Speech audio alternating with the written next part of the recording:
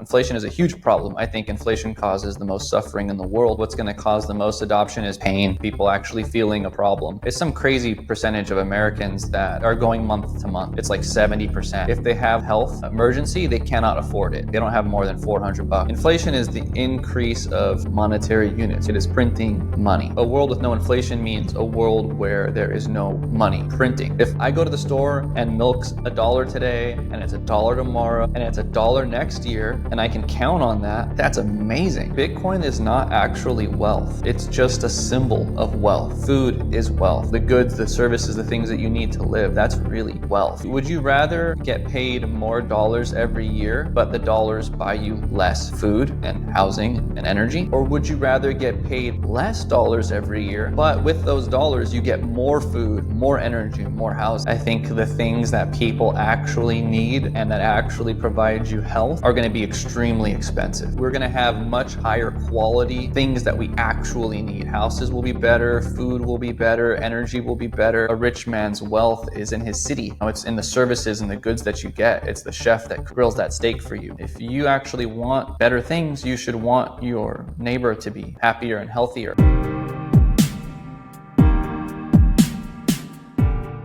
You have an interesting film, No More Inflation. What is it about, and what's the goal of the movie there? Yeah, so the goal of the movie is to, reach the average person, with a concise orange pill. I feel like there's so many great tools for Bitcoin. Wallets and things have become much easier. I think the biggest hurdle we have is really just education. Getting through to people and having them understand what Bitcoin is and what problems it solves. So the film approaches Bitcoin from the inflation standpoint, which I think is, probably the most universal problem in the world.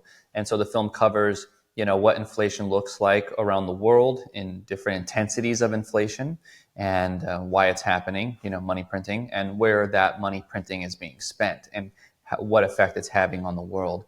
And that, this basically has happened to every money in human history, just inflated, spent on whatever the government wants to do until everybody's like, poor and desperate. And from there, the film segues into Bitcoin, a money that can't be printed, and why that is. And it also covers, some of the common objections and things that people have heard about Bitcoin. It's too difficult to use. The energy's bad for the earth. It's only used by criminals. And so that's really what the film covers. It's a film about inflation. So it really details the problem of inflation told through, stories around the world. And then, of course, it leads into the solution, which is Bitcoin. Interesting. And you think the education is the biggest hurdle for mainstream adoption? Yeah, I think so. I mean, I'm sure there's programmers, I'm not a programmer, but that would say, we need maybe to update some things with Bitcoin before it's ready for like true mass adoption. Like what if 1 billion people tomorrow wanted Bitcoin? Like how would we handle that, right? So I don't pretend to know the solution there, but my point is that, Bitcoin is already ready for more people. I mean, look at the fees on the blockchain, right? Like it's not very high. And so we can fit more people, and the tools are easy enough to use. It's just someone needs to be interested enough to actually do it. Like in my opinion, even setting up your own Lightning node is actually doable if you have a need to do it. Like if you're like, I need to do this to get groceries, I think lots and lots of people could do it. And so I think the gap there is simply an education gap. Some people, maybe no matter how much you educate them, no matter what you do, you produce the best book or film or video game, whatever is like the most interactive way to do it, they just will resist Bitcoin. So some people maybe are unreachable currently, but I think there's a lot of people out there that are open-minded enough to actually consider it. And if we can actually get through to them, the more people we can get interested in Bitcoin, the more minds we have thinking about scaling solutions, thinking about, mining and ASIC manufacturing. And I think a lot of other problems that maybe, more knowledgeable people are worried about for the long-term Bitcoin, I think that education brings in more minds to help solve these problems that we're figuring out. So yeah, I think education is the biggest hurdle, for like mass Bitcoin adoption. It's interesting for me. when we think about everyone having to understand, do you think that everyone has to understand Bitcoin in order for Bitcoin to be adopted? I think it depends on who you are. If you're somebody who is, has wealth and you're trying to save it for the future, then I think, yes, you do need to, at least to some degree, understand it better to have the conviction to not sell it when the price goes down, or also have the conviction to not sell it when the price goes up, right? It's like a double-edged sword. And so I think to use Bitcoin as a savings technology, yes, absolutely, because you need that conviction. But to use it to, flee your country or to receive remittance payments, that's ready right now. Like, people can just use that right now. They don't need to know how it works. In my film, I interviewed somebody from El Salvador, and he used to have to go to the bank. His dad would send him a code. He would go to the bank. He'd wait in line. He could only go on Saturdays because he works Monday through Friday. And, he goes there an hour before the bank opens. There's already 30 people in line. And sometimes you don't get to the teller in time before they close. And sometimes you do. And sometimes they just don't have any cash left. And so he has to wait a whole nother week to try to go get it again. And then if it's not there that time, he's got to drive an hour away to a city to get it, all while paying like $15, which is like a day's worth of work in El Salvador, right? So it's crazy. And now his dad just sends him, Bitcoin over Lightning. He pays like a 3-cent fee, and it's available to him right away. So he can go change that into cash if he wants, like he doesn't have to hang on to the Bitcoin and, experience the volatility.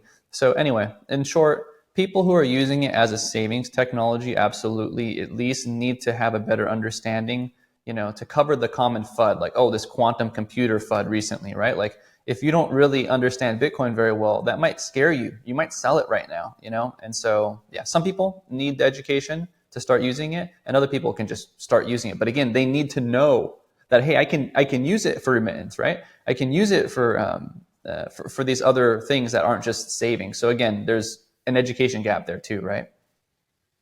Yeah, it's super interesting, and I love that topic because when we look at internet adoption, and we look at what happened with, for example, most people have no clue what the TCP/IP protocol is, but still use it every day. The same, like if you're sending a WhatsApp message, you see the 2 ticks. You can log in your WhatsApp client. You can send the message, and you see when someone received it, and they turn like blue when someone read it if they put the right settings and stuff like that. They understand that, but they couldn't understand how it works. But they still trust that the other person got the message. And even if the other person says, no, I didn't got the message, they trust WhatsApp more. they trust like, oh, you have the 2 ticks. Like, I see that you got it. They don't know what's happening under the hood. They didn't see the packages actually moving on the network. They didn't see any proof of that. But they have so much trust in that blue tick of WhatsApp that they're like, of course you got it. Like, you are lying to me. Of course you got it.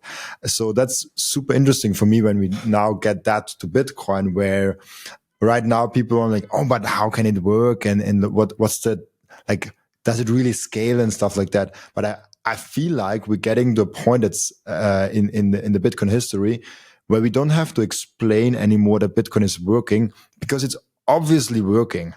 It obviously transacts money, and you just like can instantly do that, and you can verify that. But most people will never verify because they just have to trust.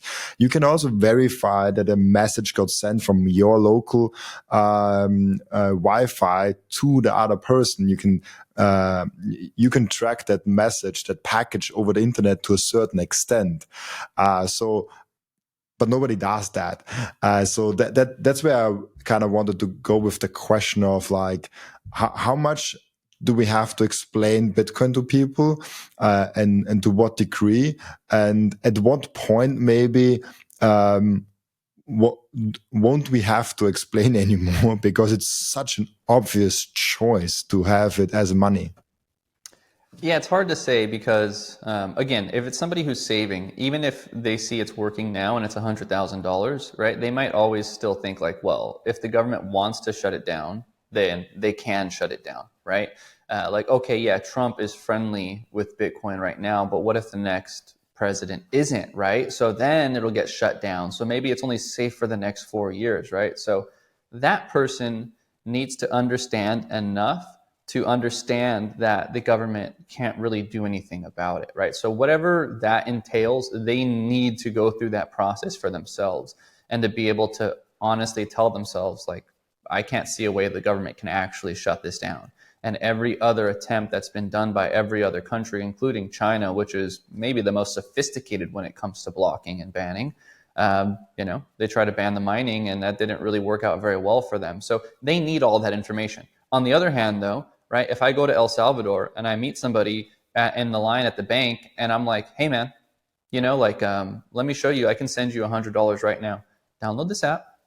I'm going to send you $100. Okay, now we're going to walk over to the Bitcoin Center over here in Berlin. In Berlin, El Salvador, there's a nice Bitcoin Center there, people educating people, where you can go and get cash right now from somebody, just right there in that center, right? They don't need to know anything else. Just like if your family in the US can get this app and can get Bitcoin, they can send it to you just like I sent it to you. And then if you need the cash, just go get the cash from these people right over here. You don't have to wait in line anymore. You're going to save, $14.97, and it's much easier. They don't need to know, in my opinion, that the government can't shut it down at any time, because it doesn't matter for them. They're literally getting in and out of Bitcoin like that, but it's still benefiting them massively, And so I think different people need different levels of education. But I agree with you. Like, look at cars, right?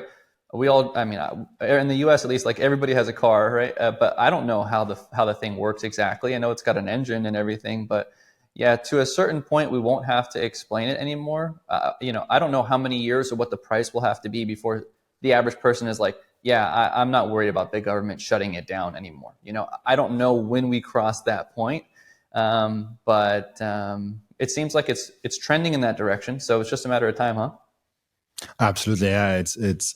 I think there will be a point where we just talk about Bitcoin as something that just is there, and there are people right now that say the internet is still just a FUD. I personally met a person like that. Even like, it's not in my family, but it's like far out family in a different country. And I met him and I sat down with him, and he's like, oh, like, because back then I worked for an IT security company, and he basically was like, okay, like, that thing has no future because the internet will be gone soon. So that was a really interesting conversation, by the way, because there I really saw the same arguments against the internet that now come against Bitcoin, like really like the almost line by line.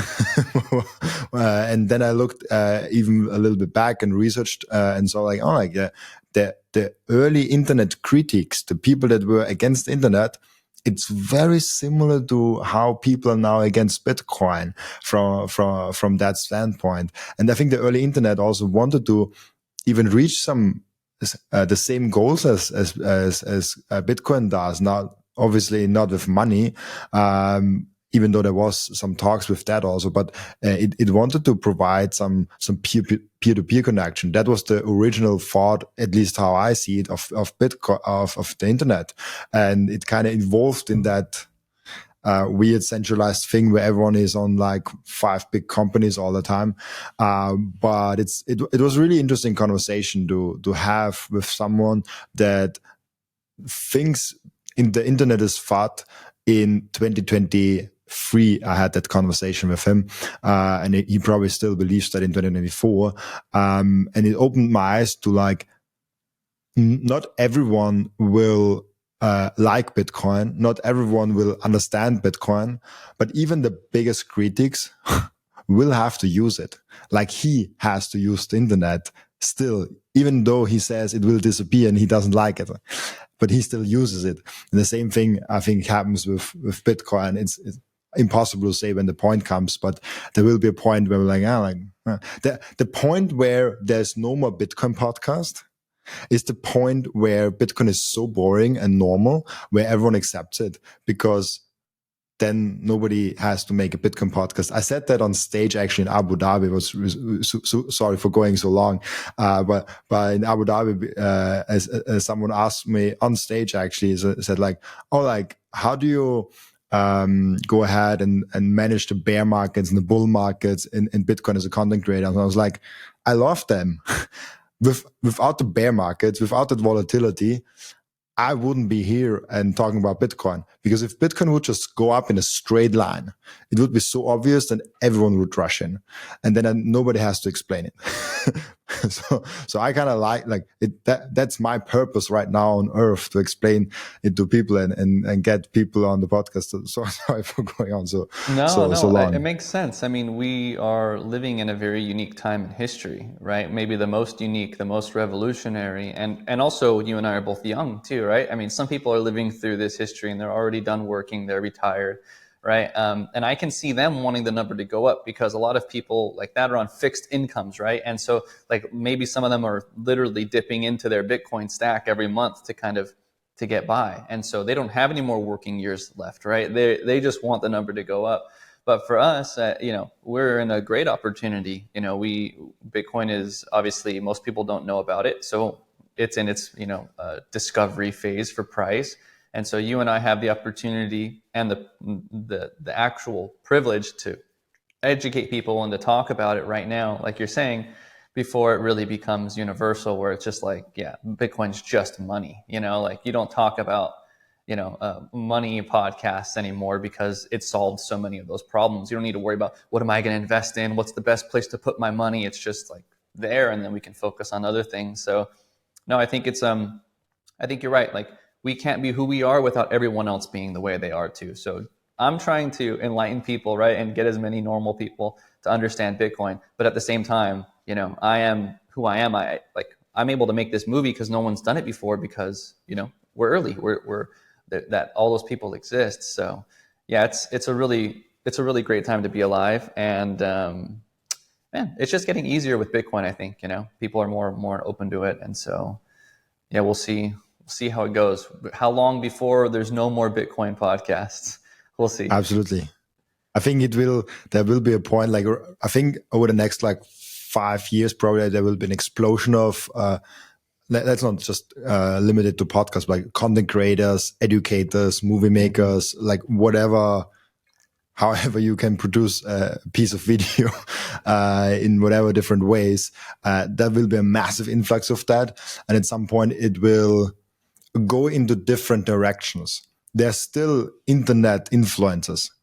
They're now just focusing on Apple products, or they're focusing on movie reviews. They are focused on whatever. Like they're just like going in different directions and not on the main base layer. Right now, we're just talking about Bitcoin, the main base layer.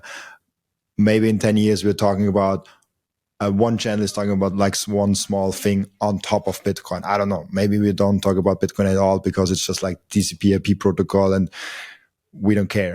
Like it's just like air. And it rhymed actually. But yeah, that's kind of the way I see it.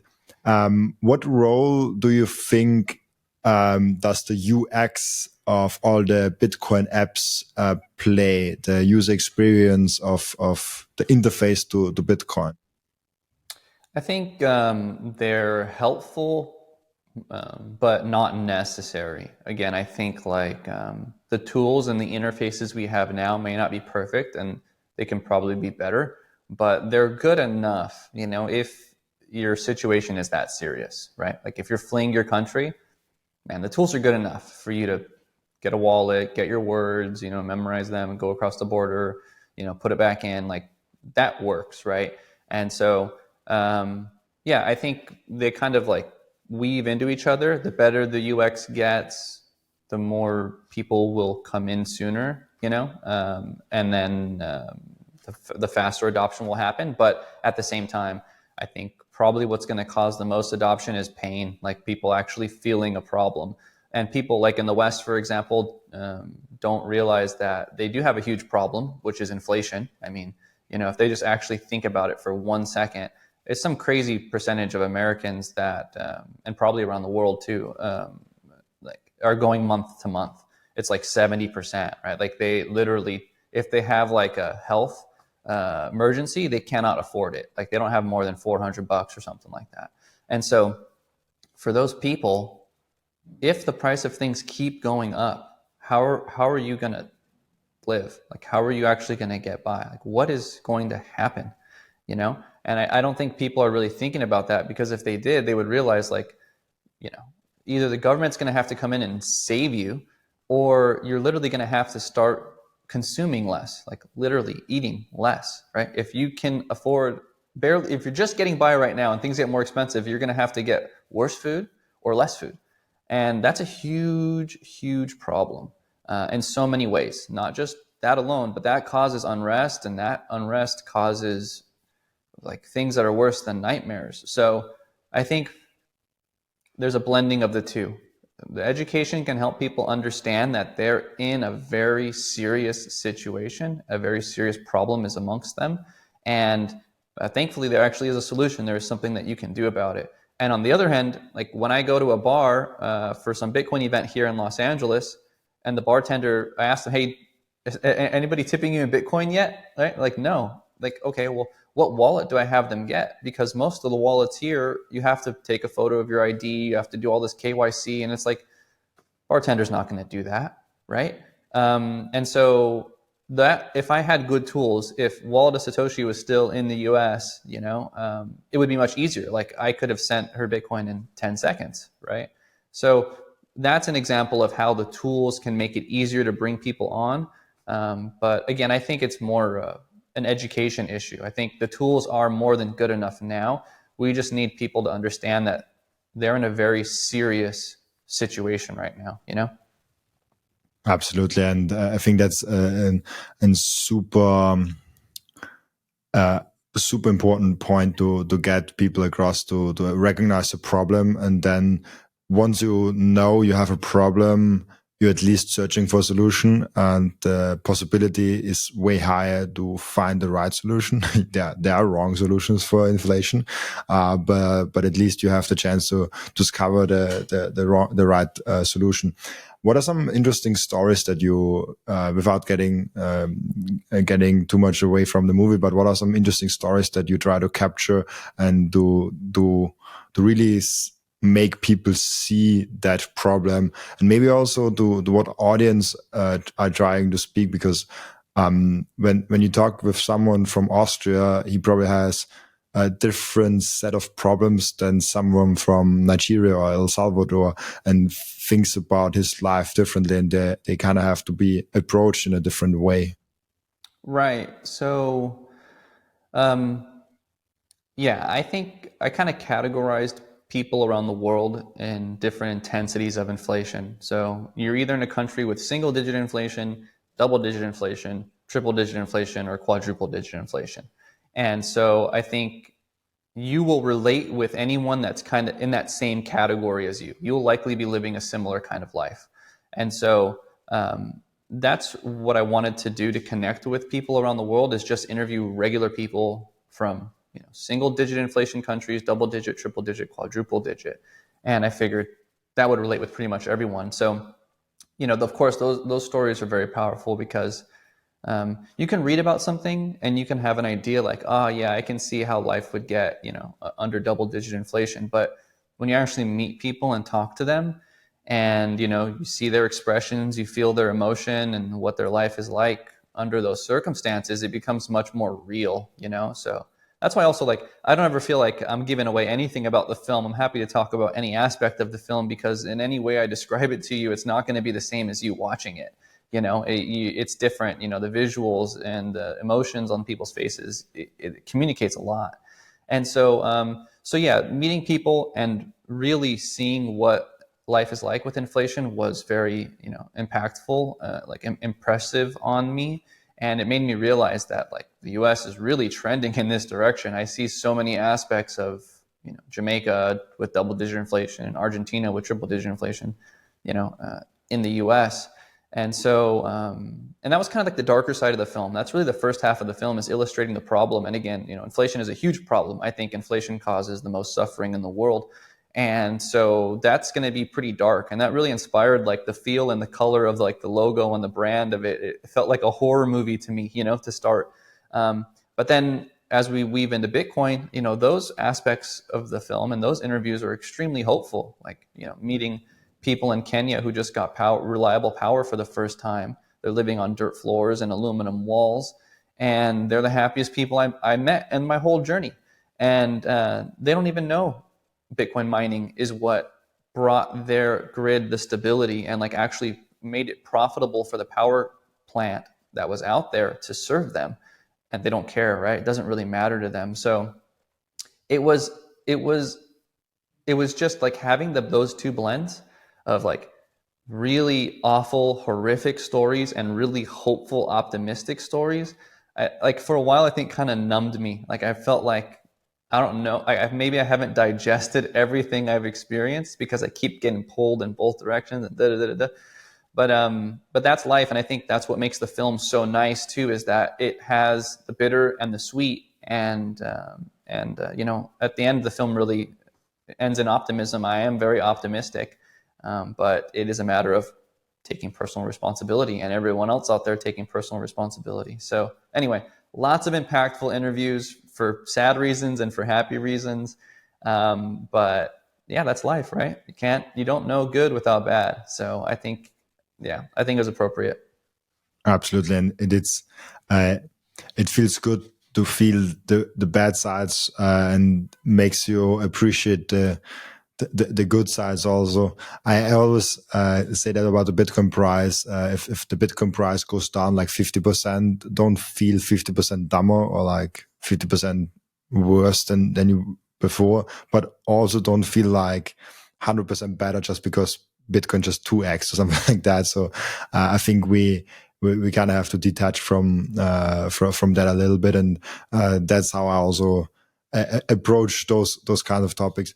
But I'm curious with a single digit and double digit inflation. How do you actually go ahead and measure, like, what metrics of inflation are you using in the movie? Because it's a whole nother topic where maybe some people would argue, is there even a country with actual single digit inflation if you see it year over year? Yeah, I agree with you. I mean, the numbers are based off the official numbers. So, I mean, a lot of us know that you probably can't trust those.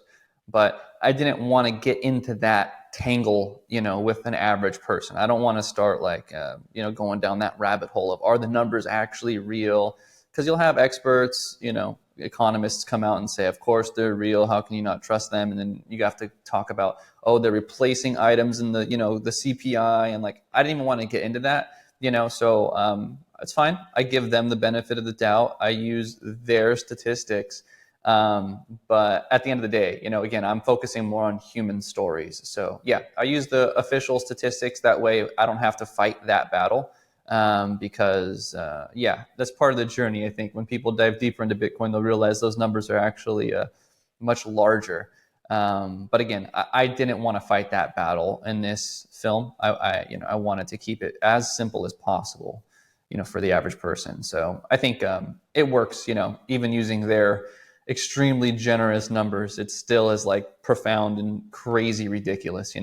I partnered up with Coin Vigilante. This is the most beautiful Bitcoin timepiece that I ever saw created by anyone. Look at that beauty. I love it so much. Coin Vigilante made a perfect Bitcoin watch. That's the perfect, subtle, elegant way to go out there and show that you are a Bitcoiner. And that watch brand is Bitcoin only. And Coin Vigilante just dropped a completely new and amazing Genesis edition of their watch collections. You have the date of the first ever mined Bitcoin block in there, and of course also the block height and which epoch we are currently in. I love the level of detail they put in this masterpiece, and make sure to check out those amazing Coin Vigilante timepieces down in the descriptions. I love those watches so much. If you watch or listen to my podcast on a regular basis, I guess you already bought some Bitcoin. And now the most important step is is to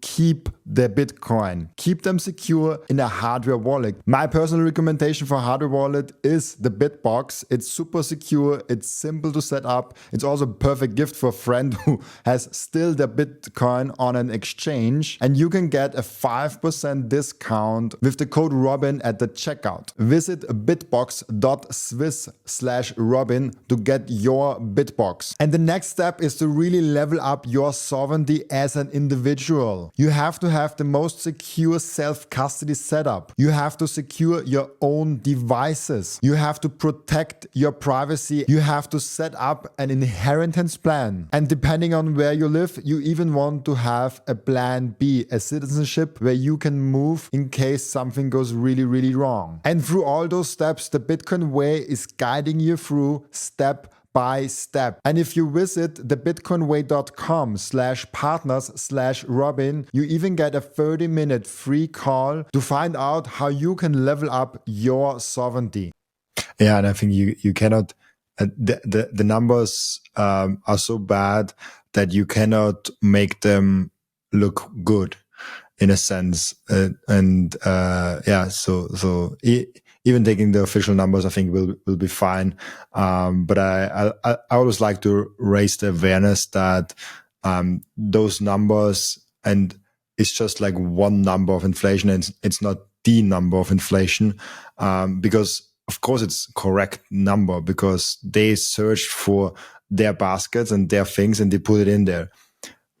But what you put in there makes a big difference to measure it.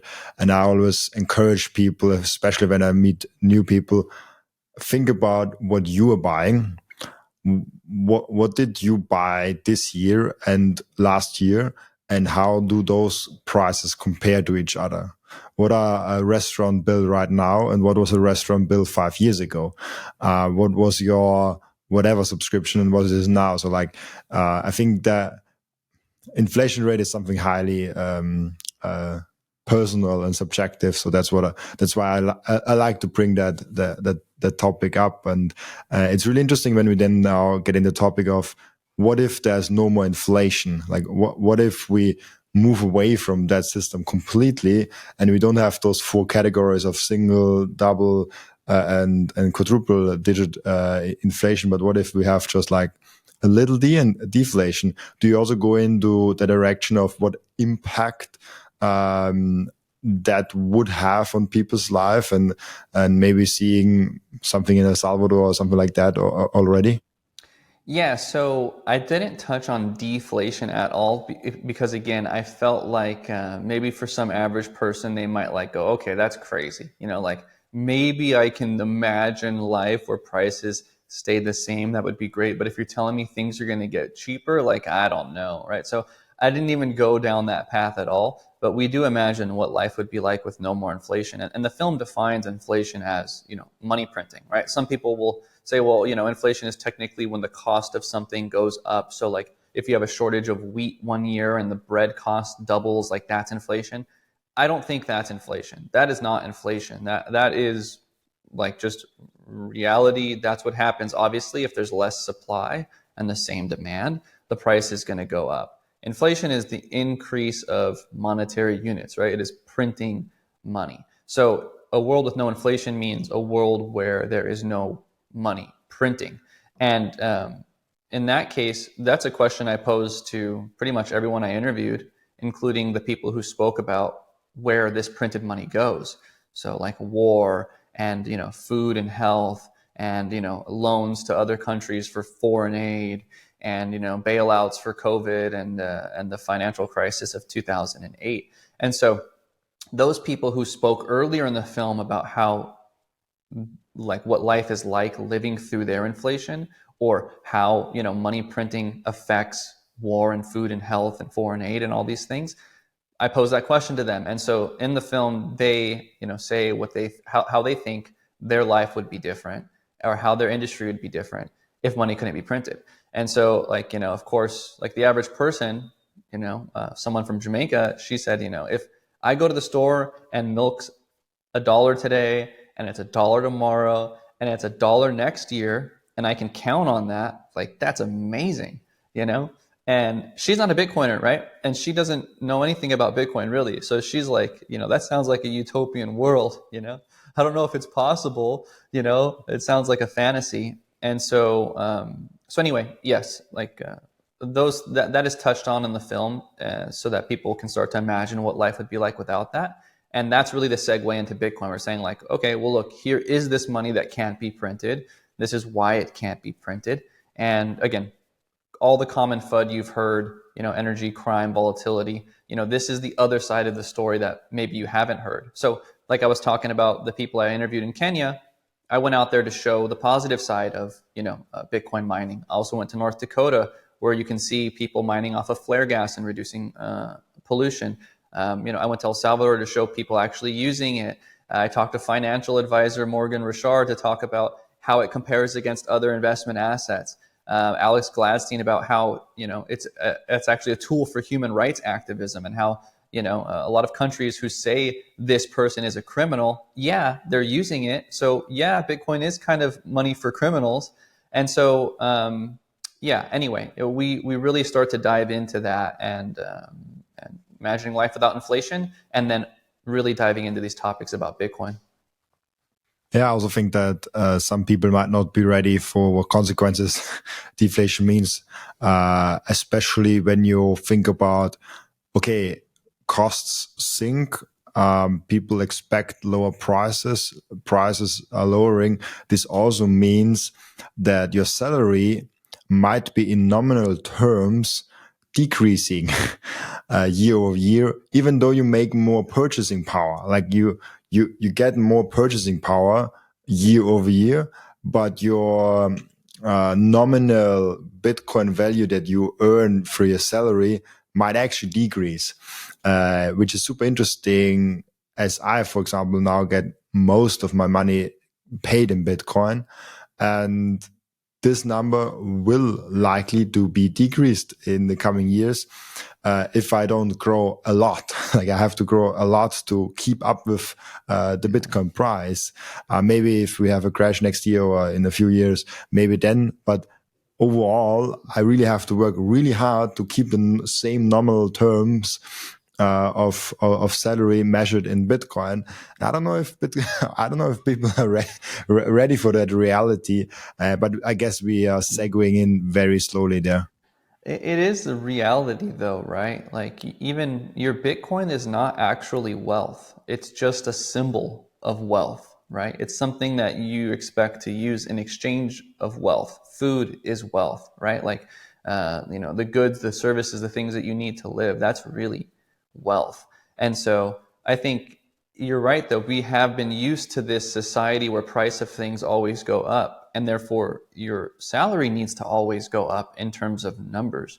But I think it's a great question to ask an average person, right? Would you rather get paid more dollars every year, but the dollars buy you less food and housing and energy? Or would you rather get paid less dollars every year, but with those dollars, you get more food, more energy, more housing, right? And then I think people will actually start to realize the reality, which is the dollars, the sats, the Bitcoin, the number on the ledger is not actually wealth. It's what you can, get for it at any given time. So yeah, it'll fundamentally change. I think that's why Bitcoin is so profound. That alone, to have the understanding that it's okay that I make less because I'm able to get more, like that's a good thing. That is like a profound change in humanity, right? Like if everyone in the world actually understood that, and that was the reality, we would be in a completely different world. So yeah, I agree with you. And I think actually probably in 100 years or in 200 years or in 1,000 years, when they look back at this, they're going to think, dude, those guys were so stupid. They wanted more numbers in their phone instead of like more stuff. They didn't see that this thing was so nasty and pernicious. So yeah, that's what I think. Absolutely, and it's a great way. But what do you think will be other consequences of that world? Like, once we get to no more inflation or deflation or like whatever we call it, or disinflationary, once we get to the Bitcoin world, what are the consequences of that, and how different will our world be? So I think what's going to happen is all of the things that we buy and produce right now that are unnecessary, they're going to go away, at least during the transition. I think the things that people actually need and that actually provide you health are going to be extremely expensive. I think like food and healthcare. Those are the main things. Like food for me is the obvious one. Like food is getting worse and worse right now. If it's going to keep getting more expensive, the only way a lot of people are going to be able to eat is what the government gives them. And the government's always going to have an incentive to make it cheaper and cheaper, which naturally will have less and less nutrients, which will cause more health issues. So I think we're going to trend back to a civilization that produces more of what is needed versus, just trivial kind of things. And so, I mean, obviously, like, think about all the jobs in the in mortgages, like, mortgage brokers and accountants and lawyers, and like all of these things that don't really produce much, they're going to go away. And I think more people are going to have to produce their own food. I think it'll just make more sense. You'll save so much money by producing your own food. And we'll go back to what's important. That's one of the things that I found in common with Bitcoiners is Bitcoin dematerializes you because you start measuring everything in Bitcoin. Like, do I really want this thing, or would I rather save for the future? And then you start weeding out a lot of things in your life. But then, for me at least, what I realize is one thing I'm always fine with spending money on is like getting together with people, my friends, my family, people I love. Having a barbecue. Those things don't cost very much money, but they're like way more important than most of the things that I used to spend my money on. So I think we're all just going to start valuing things that are actually valuable. And that's going to cut out a lot of stuff. And so, again, I think certain things will get very expensive. Maybe you think you're stacking for your multi-generational wealth, but maybe you're just stacking to be able to survive through the transition comfortably. But I think, naturally we'll have to trend towards producing things that actually are valuable. And I look forward to it because we should have better food then. If more people are farming and growing and, actually focusing on food, we're going to have better food. Like the food you get from your grocery store is shit versus picking it off of a tomato vine, right? So again, that's the benefit. We're going to have much higher quality things that we actually need. Houses will be better, food will be better, energy will be better. And then, the world's going to develop from there in a completely different direction than this consumerism, materialism, spending money on bullshit. Like we're going to have a completely different society. It's more efficient and more quality. That's kind of the best of the best. Hopefully we get there. Really interesting. How long have you observed Bitcoin now? Bitcoin, it's been, I really started looking into it around 2019 and 2020. So it's been like 4 or 5 years now. Interesting. How would you say in the last 5 years has the perspective and the stance on Bitcoin changed in media in general for you? Yeah, I think it's changed a lot more recently with Trump and the price going up. Like people are becoming, and BlackRock and the ETFs. Like so much has happened in the last few years. So, and of course inflation, right? Like 4 years ago, no one was really talking about inflation at all. Even though it was there. So I think a lot has changed. I really think the world is primed and ready for something like Bitcoin, and selfishly, it's why I made the film too. I want as many people as possible to stack sats so we can distribute this wealth as much as possible so that whatever transition comes, we have more strong people to deal with it, right? Like you can't help anybody else unless you help yourself. And if you help yourself very well, you can actually help a lot of other people and you can make them strong and then they can help other people. And so, I think a lot has changed in the last 4 years, and I expect in the next 4 years even more will change, because inflation is an exponential thing. It doesn't, climb at the same rate. It goes faster and faster, and when you boil the frogs, something's going to happen. And in the past, government has pointed at different groups of people, farmers or businessmen or whoever, saying, it's not us, it's them. Go get them, right? So maybe we'll see some of that. But people are distrusting of the government right now. They're distrusting of the mainstream media, a lot of them. And so I think we're in good shape. But yeah, a lot's changed, and I think a lot more is going to change. Like, I think whatever happened in the last 4 years, in the next 1 year, we're going to experience something, similar. Especially like Elon and Vivek and Trump, right, are out there to try to fight back against inflation, and maybe some people actually have hope that they're going to be able to do something, bring the prices down or keep the prices the same. And when that doesn't happen and prices keep going up, I think people are really going to have to look at themselves in the mirror and say, what am I going to do about this? Am I just going to trust the government's going to save me? Or am I actually going to do something about this? So again, I think we're in great shape. I'm very optimistic about the future. But yeah, a lot has changed. What do you think about you're in Los Angeles, so you're in America, I presume. What do you think about the directional change from Biden to Trump now, which will happen not even a month from now, I think?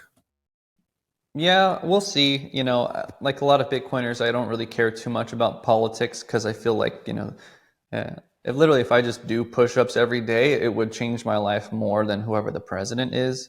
And I've heard arguments for both ways. Like, obviously with Biden and Kamala, people were saying that they were going to be printing a lot more money because they wanted to provide health care for anybody who came into the borders, and that would be a positive thing because it would pump the price of Bitcoin, and then more people get attracted to Bitcoin. And, I don't know if that would be better. With Trump, it seems like, even though I think he, prior to COVID, had printed the most money, I think he had the biggest deficit. But again, there's inflation, right? So anyway, like, they both like to print money. So that's really my only metric. All I care about is how much money are you printing? I don't care about red or blue or whatever, because I know at the end of the day, that has the biggest impact on people around the world. So when Trump comes out and says, hey, interest rates are too high, which I understand, because, the net interest the US government pays is like larger than the defense budget right now. So of course they want lower interest rates. But what does that do? You're going to flood the market with money. People are going to refinance their homes. People are going to buy homes. It's going to drive the price of homes up once again. It's like there's no way out of it. So I forget the original question, but I feel like I answered it. Yeah, absolutely. Yeah, I asked about the U.S. politics change right now of the direction. It's also interesting when we look at it, where there's now companies coming into Bitcoin. There seems to be maybe even countries coming into Bitcoin, but retail, I don't know how you feel about it, but retail seems to be asleep still. Like, it seems to be very calm. It seems to be not that worried, and even the 100K doesn't make that huge of a difference, at least in my area. Not. How do you see the same thing, and how do you think of, like, institutions and companies are now more aggressively coming into Bitcoin than the retail folks and the normal folks, and even countries to a certain extent? Yeah, so I think, of course, what's going to happen is going to happen. Again, one of the reasons why I made the film was to try to reach the average person, because I think that's important.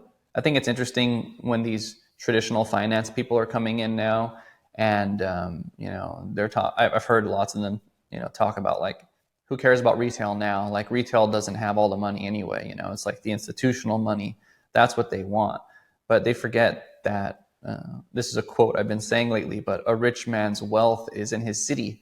It's in the services and the goods that you get. It's the chef that cooks you that grills that steak for you. And so, if you actually want better things, you should want your neighbor to be, happier and healthier. And that's retail. So, Yeah, that's what it seems like to me. I mean, I definitely have had some people reach out to me since 100K, but it doesn't even seem like it was the same as when it first hit like 60K or 69K. That was, in my opinion, like there was more retail like interest and curiosity about it. But now it doesn't seem like we've quite hit that number yet, which maybe makes me think we're going to go a lot higher, right? Because what's the number going to have to be before people are like, holy shit, like the average person, I need to get some of this. Is it 150? Is it 200? Is it 250? I don't know. I don't care, but I know what will be will be. And it's funny because actually now that I finished this film, I'm at peace because I felt like film is what I do best, and there wasn't really a film like this that existed. And if I could help enlighten the average person to get more Bitcoin, perhaps it would contribute to a better world. So I've done my part. The film's out there and available, and I think it's one of the best tools to actually get retail interested in some way to Bitcoin. But again, at the end of the day, we'll see what happens, and time will tell us. But I don't think any one of us really knows. But I do hope that retail gets in because, again, I think it'll just provide a smoother transition. Absolutely, which is I hope for retail to be a bigger part of the whole story. But it's interesting if what number has to hit there. I never had that question actually. I never thought about that. Like if 100K is not the number, what is the number? Is it 250K? Are retail just waking up if it's 1 million? Like what has to happen for them to like, oh gosh, Bitcoin is at that now? Let me take a second look at this one. Let It's like me reseed Argentina. it. In Argentina, people are wanting to get rid of their pesos and for dollars because the peso is constantly going down in value against the dollar. So yeah, if we ever hit that kind of period where it's just like consistently going up in Bitcoin, for sure retail is going to jump out because at that point they don't need to know about Bitcoin. All they know is that every day or every week or every month they have less dollars, and if they would just put it in Bitcoin, it goes up, then that's the end of the game. But yeah, until then, yeah, I don't know. I think 250, like you're saying, might be the number. It also depends on how fast we get there, right? Like if it rips 20 grand in a day, maybe that gets some attention too. Who knows? Do you imagine that we come to like a suddenly phase where we hit like a Bitcoin gold rush moment for Bitcoin? It's interesting because I like to compare it to Weimar Germany during the hyperinflation. And if you look at the price of gold at that time, like the chart is crazy, dude. It's crazy. Like 1 month gold is like, whatever, like a million% more or less than the next month. It's like insane. So I wonder if we're going to hit something like that. You know, We'll see, because so far the bull runs have been kind of like a year or a year and a half or 2 years where the price goes up and then it comes down significantly. But I think if we spend more time than that and we're consistently climbing, and people are literally like, whoa, like every month I'm holding my dollars, it's losing value. Yes, I think that there will be a gold rush. People will want to pile in naturally, just like they do in Argentina right now to get rid of the peso for the dollar. Like when I was there, literally, like I didn't want to hold pesos overnight because I could get more pesos the next day. Like I would try to exchange just the amount that I needed, for that day. And if I was at the end of the day, like had more pesos, I was going to try to spend those pesos. So if that happens, people are just going to pile in. But I don't know if that will lead, how does that work? Are people going to, they can't all have UTXOs on chain, right? So are they going to have some Lightning wallet that has a custodian? And then at some point in the future, there's going to be a huge rugging where a lot of people are going to lose their money. Maybe the price of Bitcoin collapses at that time, but yeah, I think the gold rush will happen if we have a nice consistent climb in Bitcoin's price.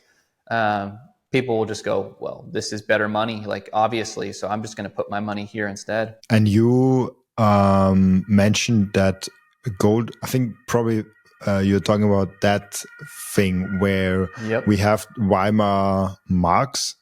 It's from 1914, starts at 1 mark, the gold price, and it goes till 1923. At the end, it's at, I don't even know how big the number is, 100 million. That is then 10, what is that? 10 I think that's a billion? trillion. I think at the, oh yeah, 10 billion. Yeah. I think at the very top looks like 1 trillion, thousand, million, billion, trillion. Yeah. A trillion% at the top. Oh man. And it's interesting because there's the gold price in Weimar Mark. So it starts at 1 and it ends at like a trillion or like whatever the huge number is. And in the red line, you see here the percentage change in gold price on a monthly basis. We see here on the left side, 160% monthly.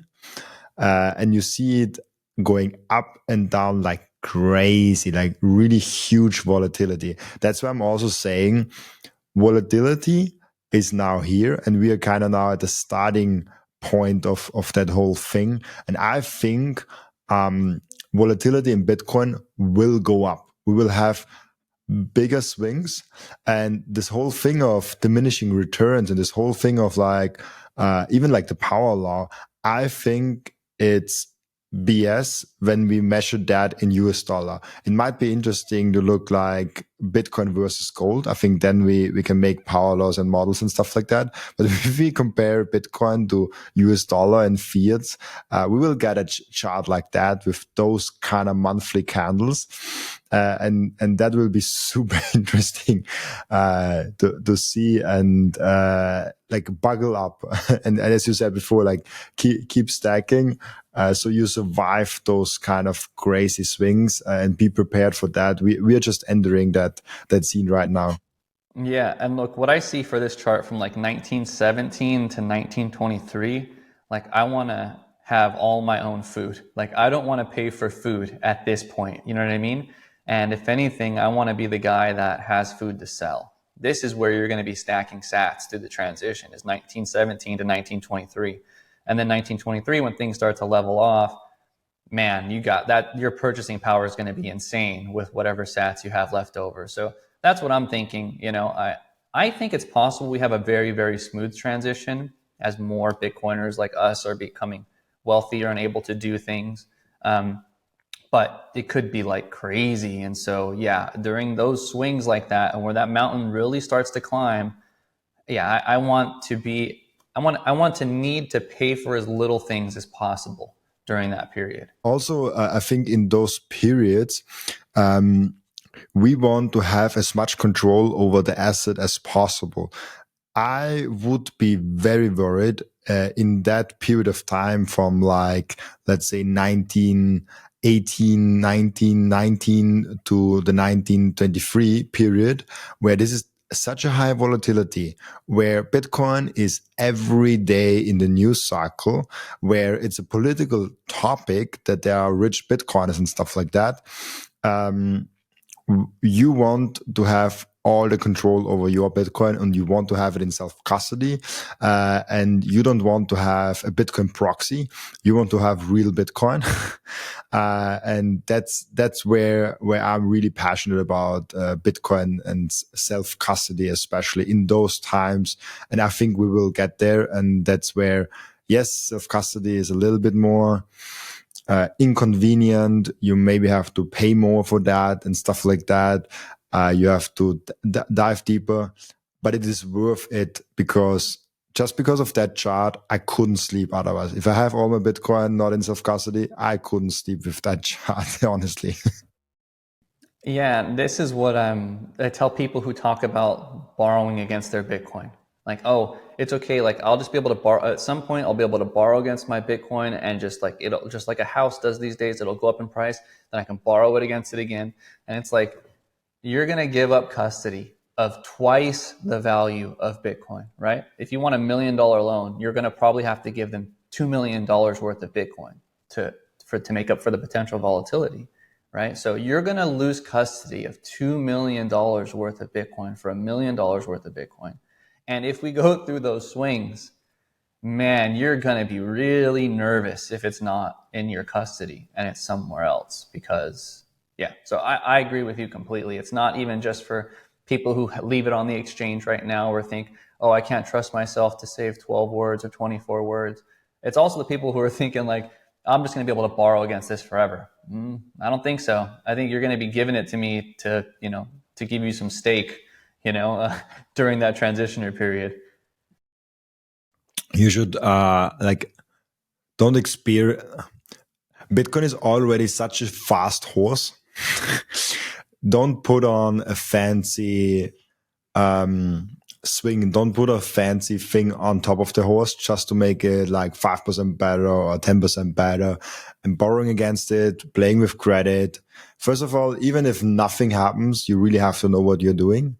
Even if we don't hit that crazy thing of volatility, which I think we hit, you have to know exactly what you're doing. Otherwise, you will end up with less Bitcoin anyways. So yeah, it's a difficult topic because human greed is full at work with those topics. Absolutely. Yep, Yeah. I agree.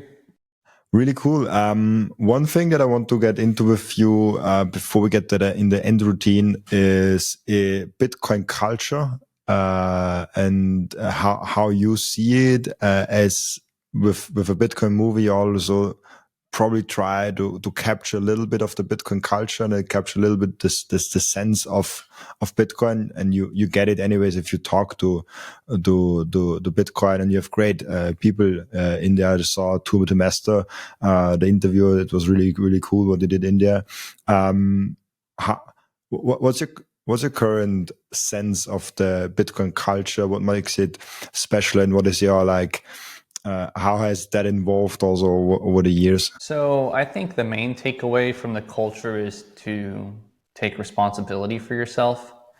I think that's really like the baseline of all of the most important aspects of it, right? I mean, Bitcoiners come in all shapes and sizes and flavors, and anybody can call themselves a Bitcoiner. At the end of the day, each individual person decides what a Bitcoiner is. So for me, it's somebody who takes personal responsibility and increasingly more and more personal responsibility.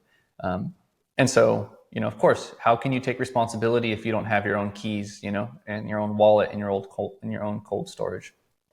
And so I think that's the biggest takeaway. I think, everyone's going through their journey, and a lot of people still lean on like credibility and credentials, and I listen to this person because they're smart or whatever. And even inside the Bitcoin space, but I think there's a saying like "kill your heroes." I think more and more. I'm not sure if more people are killing their heroes or more people are acquiring heroes. So I think that's the only thing I kind of pay attention to is how many people out there are actually thinking for themselves. And in my opinion, that's really what a Bitcoiner is: somebody who takes responsibility, and like the foundation of that is thinking for yourself, actually having thoughts for yourself, and doing your own research. So, of course, a bunch of other things get tied in, right? Like there's carnivores out there, people that only eat steak. I'm one of them. I mean, I cheat a bit, but it's just what's made me feel the best is like eating as much meat as possible. And the 100 push-ups until 100K, that's a great idea in my opinion. I think some people take it as this macho masculine thing, and hey, we don't have to all be jacked bros. But for me, it's not about that. It's just about health. Like if you do 100 push-ups, you're just going to be physically much more prepared for even some crazy altercation in your life, or if you have to run away from some crazy homeless person with a knife or something, you're going to be in better shape, So a lot of other things get pulled into it. But I think, again, at the core of all that is just taking responsibility for yourself. And that's what I think. Very true. And this is kind of where I always go with the Bitcoin culture. They are thinking about their health. They are thinking about what is best for the body because they have the time back. Because of Bitcoin, it allows them to think about those things because the money, the fundamental layer, all of a sudden is fixed in their life. And that's where I really have a lot of hope for what Bitcoin can do for humanity, basically. So I'm really hopeful for that, and hope to see that in a really, really big way. Really cool. Thank you so much. I have one question that I asked each and every one of my guests is, what can we learn from you besides Bitcoin? Yeah. Well, of course, a lot of people who are interested in making films themselves or content, have lots of questions about the equipment I use or how I organize my process and different things like that. So anybody out there who's interested in that can reach out to me. I'm happy to, share my time and my knowledge. Other than that, the only other thing I really focus on a lot is like what I eat and my posture. And I think posture is probably more unique than what other people talk about. But I've, had posture issues my whole life, worked on a computer for many years, played video games for many years, had different broken bones that kind of, caused me to be in bad posture when I was younger. And so I realized for myself, growing out of that and obtaining closer to perfect posture, it's not perfect yet, but it's much better. It's made me feel like a completely different person. I feel much more willing to do difficult things, much more willing to exercise, much clearer and calmer. And so, that's the other thing outside of Bitcoin that I would encourage anybody else to do. Like if you have another goal in your life, try to obtain perfect posture and make it that position that your body naturally sits in when you're just relaxing. And I think it's going to cause your blood to flow better. It's going to cause your chemicals to flow better. There's studies like when you're upright and straight, you release more testosterone. When you're curled over like this, it's more cortisol. So it's more of like a stress hormone, fight or flight type of thing. And so, that's what I think. It'll make you feel like a completely different person. So yeah, that's my answer to that. I love that. I think we never talked about posture. But in this segment of the show, a lot of things come up and a lot of interesting ideas and inputs come from guests, and I love that. But I think posture actually never. We talked about foots and barefoot stuff and stuff like that to improve the posture and improve the overall things like that. But posture, it took me 337 podcasts to get to posture. I'm loving it. Really, really cool. Thank you so much. We have an routine in the podcast where the previous guest is asking a question for the next guest without knowing who the next guest actually is. And your question from the previous guest is, how has Bitcoin changed your approach or perspective on consumerism and the low time preference on buying things? Right. Yeah. So I touched on it a little bit earlier, but yeah, I think Bitcoin dematerializes you because again, it becomes something to compare every purchase against. And so it's like, do I really want this thing so bad that I'm not willing to have 4 of them, like in 4 years, or 10 of them instead? And so, for me, it's definitely had that effect. And again, with trimming all of those things out, it really allowed me to highlight the things that actually were important. And it's funny because they're not the consumerism stuff, right? It's like, like I was saying before, it's time with friends and the memories that you make during that. And that realization has, it's made me more aware of that, and it's made me seek those memories more. And so because of Bitcoin, I have less stupid things, and I've made so many more friends and made so many more memories and enjoyed so many more steaks. Like I find most of my money gets spent on steaks. You know what I mean? Maybe someone thinks it's crazy to buy like tomahawks for 5 people, tomahawk steaks, and spend 60, 70, $100 on each of them. But it's like, that's the only thing what I spend my money on. Like I don't, and I know whenever I'm with friends, it's totally worth that amount of money spent in. So again, and I think it speaks to what I think the future is going to be like. Imagine more and more and more people dematerializing and not buying into these consumer things because they have a money to save.